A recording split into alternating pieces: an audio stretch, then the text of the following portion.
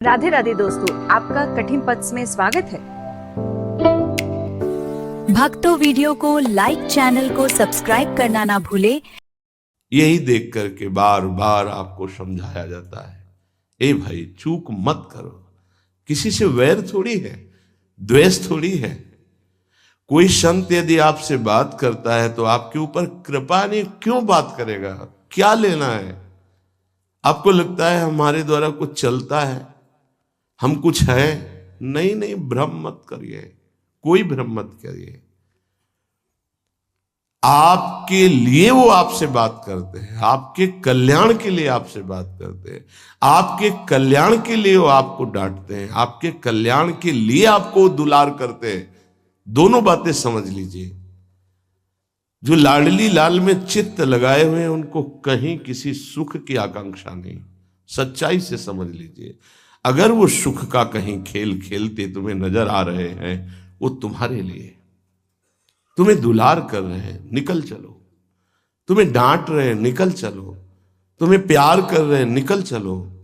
तुम्हारे मन को अपने प्यार में फांस करके श्री जी के चरणों में समर्पित कर देना, यही काम है।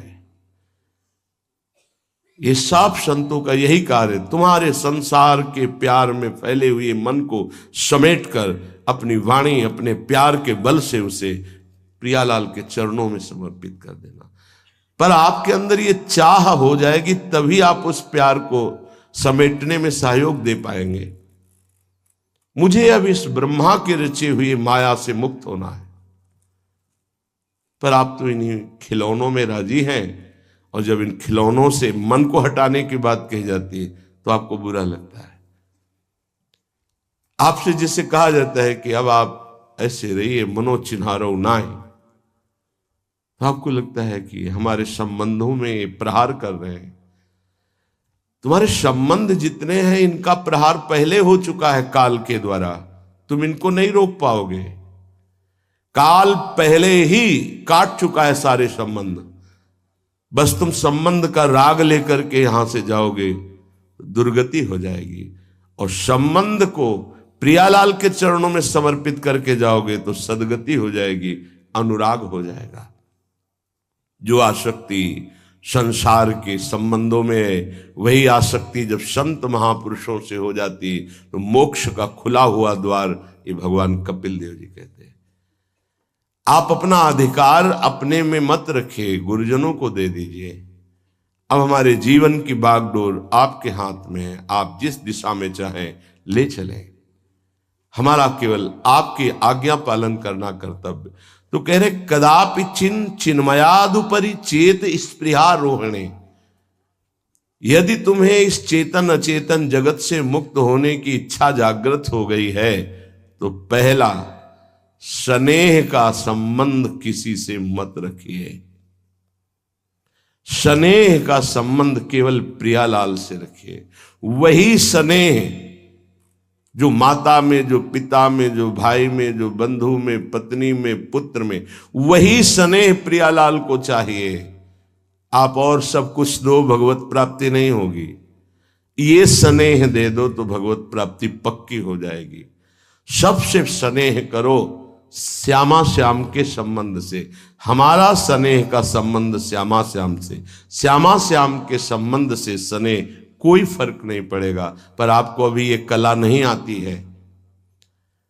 आप जब तक एक बार समस्त संबंधों के स्नेह को बटोर कर प्रियालाल के चरणों में समर्पित नहीं कर देते, तब तक आपको लगेगा, वाणी से बोलोगे कि सब भगवत भाव से ही, लेकिन पूरा राग यही है, ये हमारे अमुक है, हमारे अमुक है। इसलिए इस रहस्य को समझो, पहले हटो, फिर जब वो राग अनुराग में बदल जाता है तो फिर पूरे विश्व से प्यार करो, कोई फर्क नहीं पड़ेगा। सब जीवन सो प्रीति रीति निवाहत आपनी, क्योंकि वो रीति जानता है। हमारी रीति श्यामा श्याम के संबंध से ही सबको मानना। एकांत की रति विधान करो, शब्दों को समझिए। एकांत की रति विधान करो, अर्थात हमारे हृदय देश में केवल इष्ट और गुरुदेव के सिवा किसी से प्रीति नहीं।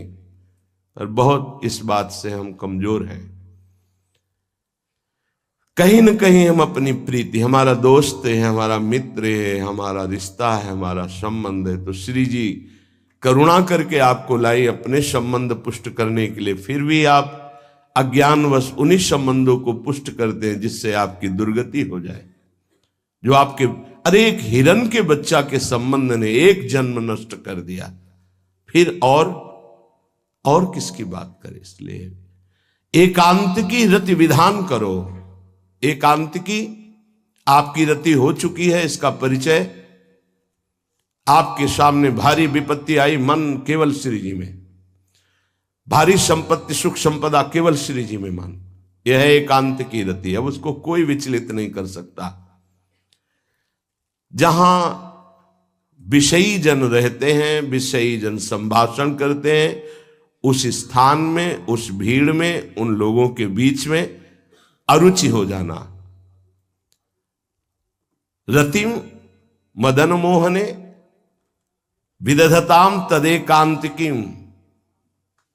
एकांत की भक्ति, विरति, जन समुदाय, प्रपंच भाषण करने वाले, इनसे संबंध नहीं। ना संतु जनतापने प्रतिवसंतु वृंदावने। जनता अर्थात केवल विषय प्रपंच की वार्ता करने वाले, तापने, हृदय में ताप पैदा हो उनके संग नहीं, मुझे संग नहीं, कोई भी हो, प्रिया प्रीतम से तुम्हें मतलब नहीं, उनकी चर्चा से मतलब नहीं, उनके संबंध से मतलब नहीं, तो हमारा आपसे क्या संबंध। देखो, जगत के संबंध प्रियता दिखा करके भोग सामग्री दे सकते हैं, धन दे सकते हैं, व्यवस्था दे सकते हैं, पर प्रियालाल की प्रीति नहीं। पूज्य श्री रघुनाथ दास गोस्वामी जी जब अपने गृह का त्याग करके महाप्रभु चैतन्य देव की शरण में गए, तो 2-3 दिन जो महाप्रभु को भिक्षा आती थी उसी से महाप्रभु दे देते थे। उनको लगा कि नहीं, जीवन जब महाप्रभु को समर्पित है तो हमको जीने का ढंग सीखना चाहिए, कैसे हम विरक्त होकर के जिए। इतने में घर से भेजे हुए बहुत से सेवक, रुपया, सामग्री, रसोईया सब आ गया, क्योंकि बहुत बड़े धनी थे उनके पिताजी, और पिता के भाई दोनों के बीच में एक लाड़िले पुत्र थे, पूज्य श्री रघुनाथ दास गोस्वामी, जिनकी समाधि राधा कुंड में विराजमान है। अब सुंदर सुंदर पकवान, भोग सामग्री घर के भेजे हुए रसोइये सब बनाते, प्रभु को भोग लगता, महाप्रभु चैतन्य देव को भी। और फिर विचार किया, क्या ये माता पिता के द्वारा दी हुई सुविधा वैराग्य में कलंक नहीं है? मेरा जीवन प्रभु के लिए, क्या मैं प्रभु आश्रित नहीं जी सकता?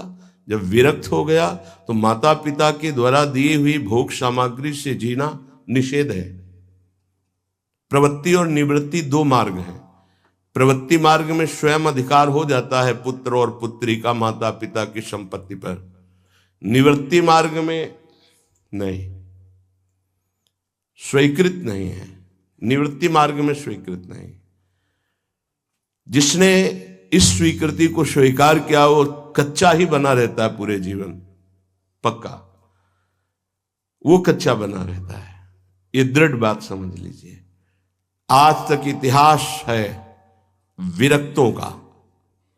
निवृत्ति मार्ग पर अगर वैराग्य ले लिया तो माता पिता के द्वारा उसका भरण पोषण कभी नहीं हुआ। आप पढ़ करके देख लीजिए, चाहे कोई भी हो, किसी भी मार्ग का हो।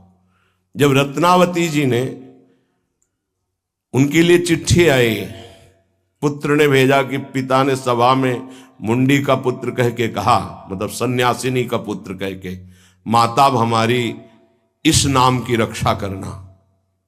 जी हुई चिट्ठी पढ़ी तो महल छोड़ दिया उसी समय, और नाई को बुलवाया, अपने जो राजरानी के बाल थे उतरवा दिया, और संत सभा में बैठ गए। आज से कहा राज अन्न का त्याग। अब ग्राम नगर के द्वारा दी हुई भिक्षा के द्वारा भरण पोषण होगा, इस राजा के द्वारा दिए हुए नहीं। और पति थे माधव सिंह। जब ये बात सुनी तो उनको भयंकर क्रोध हुआ। मेरे सामने मेरी पत्नी, मेरा इस तरह का अपमान, मारने का प्रयास किया, निष्फल है। अंततो गत्वा, चरणों में हाथ रख के माथा रखा है, पढ़ के चरित्र देख लेना। नहीं इनके महल में रहूंगी, नहीं इनका भोजन पाऊंगी। विरक्त होकर के माता पिता के द्वारा भरण पोषण होना, एक बार एक भिक्षा के लिए तो अनुमति है। अगर विरक्त हो गया है, एक भिक्षा अगर माता पिता करा दे तो वो स्वीकृत है, इसके अलावा नहीं। आप चरित्रों को पढ़ के दे, सिद्धांत से नहीं चलोगे तो 4 दिन बाद फिर उसी में आ जाओगे। जब हम विरक्त हो गए, पूरे विश्व का भरण पोषण प्रभु करते, तो मेरा नहीं करेंगे क्या? आज अगर कोई जुड़ा है तो वैराग्य और भगवत प्राप्ति के लिए जुड़ा है। हमारा संबंध संसारिक नहीं, भागवतिक।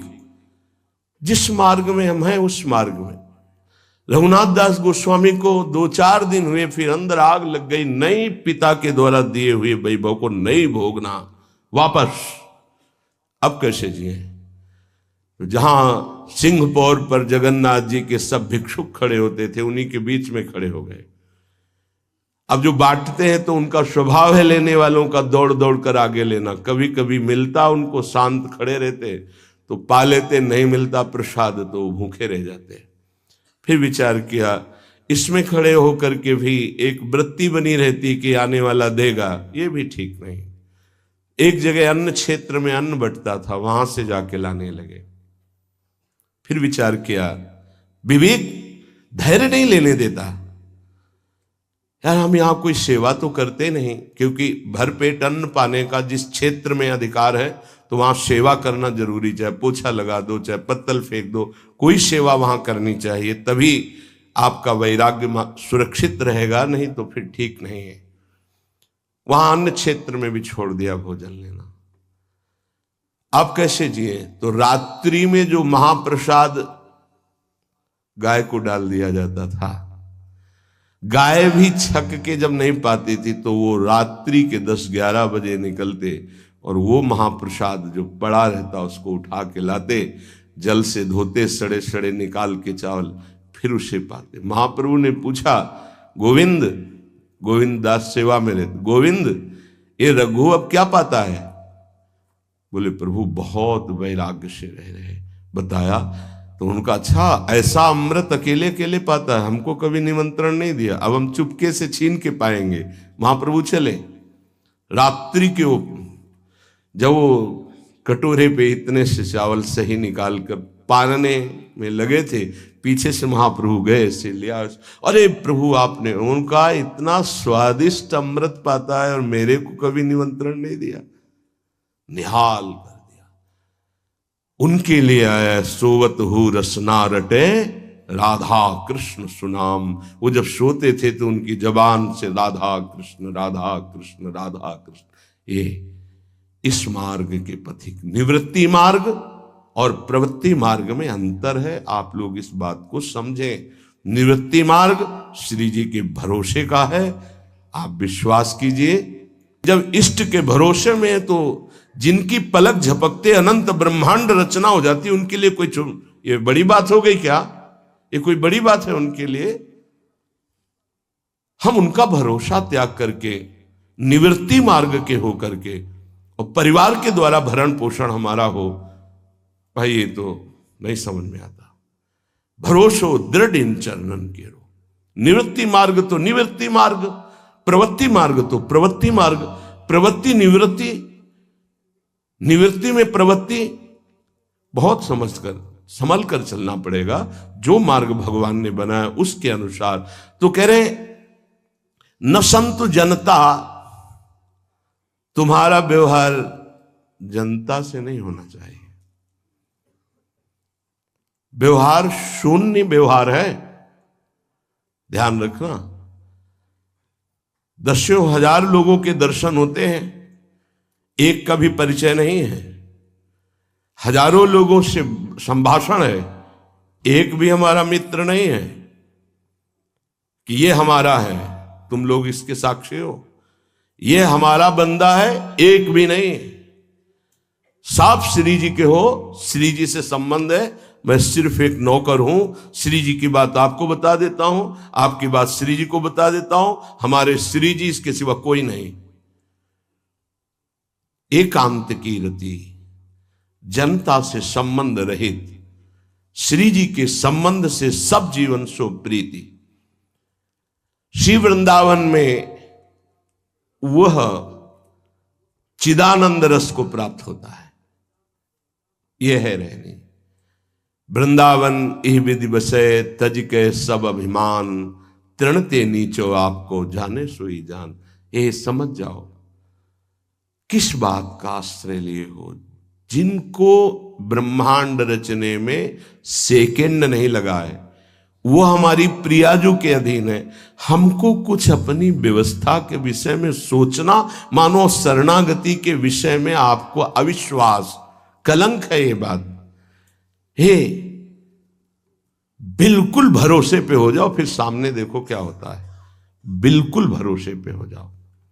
गुरुजनों ने कभी भी अन्य आश्रय नहीं होने दिया, कभी भी अन्य, जगह जगह बचाते। वो जानते हैं कि अन्य आश्रय, धन का आश्रय, वस्तु का आश्रय, व्यक्ति का आश्रय, ये तुमसे सच्ची बताते हैं, गुरुजनों की कुछ बातें बाद में समझ में आती, पहले समझ में नहीं आती। केवल श्री जी का भरोसा रखो, जिसने आज दिया है वही कल देगा। जब गुरु जी को कोई कहता कि कभी काम में आ जाएगी ये वस्तु, रख लो, तो बोले इसी को मिटाने के लिए बाबा जी हुए हैं। जब कभी काम में आनी होगी तो तुरंत श्री जी भेजेंगे, हम इसको पहले से क्यों रखें। ये हमें चाहिए कि केवल श्री जी का आश्रय लेकर वृंदावन वास हो। देखना कितना आनंदित रहोगे। फिर रोना आता है, तुम्हारे आंसू फिर निकलेंगे। जब आप एकांत में होंगे, आपका कोई नहीं होगा और आपकी परिस्थिति विपरीत होगी, तब जो शरणागति होती है वही भगवत प्राप्ति कराती है। जब तक विपरीत परिस्थिति नहीं आएगी तब तक शरणागति परिपक्व नहीं होगी। बात लिख लीजिए, चाहे वो द्रौपदी जी हो, चाहे गजराज गजेंद्र जी हो, चाहे कोई भी हो, जब ऐसी विपरीत परिस्थिति आए कि कोई भी सहयोगी नहीं रह गया, तब शुद्ध शरणागति और भगवत साक्षात्कार। उस दिन के लिए तैयार रहो और मांगो कि हमारी आसक्ति का नाश करने के लिए परिस्थिति ऐसी दे दो प्रभु कि सिर्फ आप पर दृष्टि हो, सिर्फ आप पर, ना कोई हमारा, ना हम किसी के, सिर्फ आप। मेरे तो गिरधर गोपाल, दूसरों न कोई। बात समझो, सत्संग की बात को समझो, परमार्थ की बात को समझो। तो जब कोई हमारे जीवन में प्रश्न आता तो जो नील चादर ओढ़े हुए विराजमान है, उनकी चादर की तरफ देखते, आकाश की तरफ, बाहर निकलकर आकाश की तरफ देखते। तत्काल उत्तर मिला है हमको, तत्काल भाग, यहां से भाग। झोला टांगा, रात्रि में भागे, जब भागे तब रात्रि में भागे। भागो भागो भागो, भागते भागते अब पायो परम विश्राम। अब वृंदावन, श्री वृंदावन विश्राम, सब सोहित निष्काम मत, श्री वृंदावन विश्राम। हे, भागते रहो, संबंधों से भागते रहो, आश्रयों से भागते रहो। एक आश्रय केवल हरि गुरु का, बस एक विश्राम स्थल। जैसे आप रखो, जैसे आप रखो, हम उसी में राजी हैं।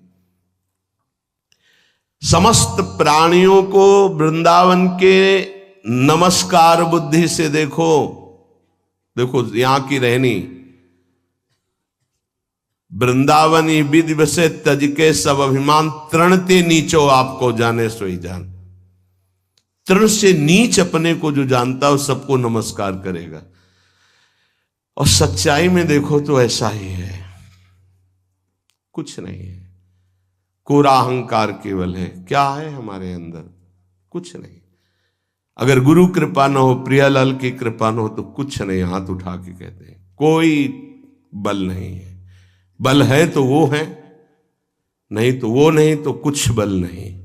क्या बल है? आप देखो, अंदर से देख लो बैठ के, तुम्हारे अंदर क्या बल है। फिसल कर गड्ढे में गिरने का तो बल है, लेकिन गड्ढे से निकलने का बल तो नहीं है। फिसलने में क्या बल?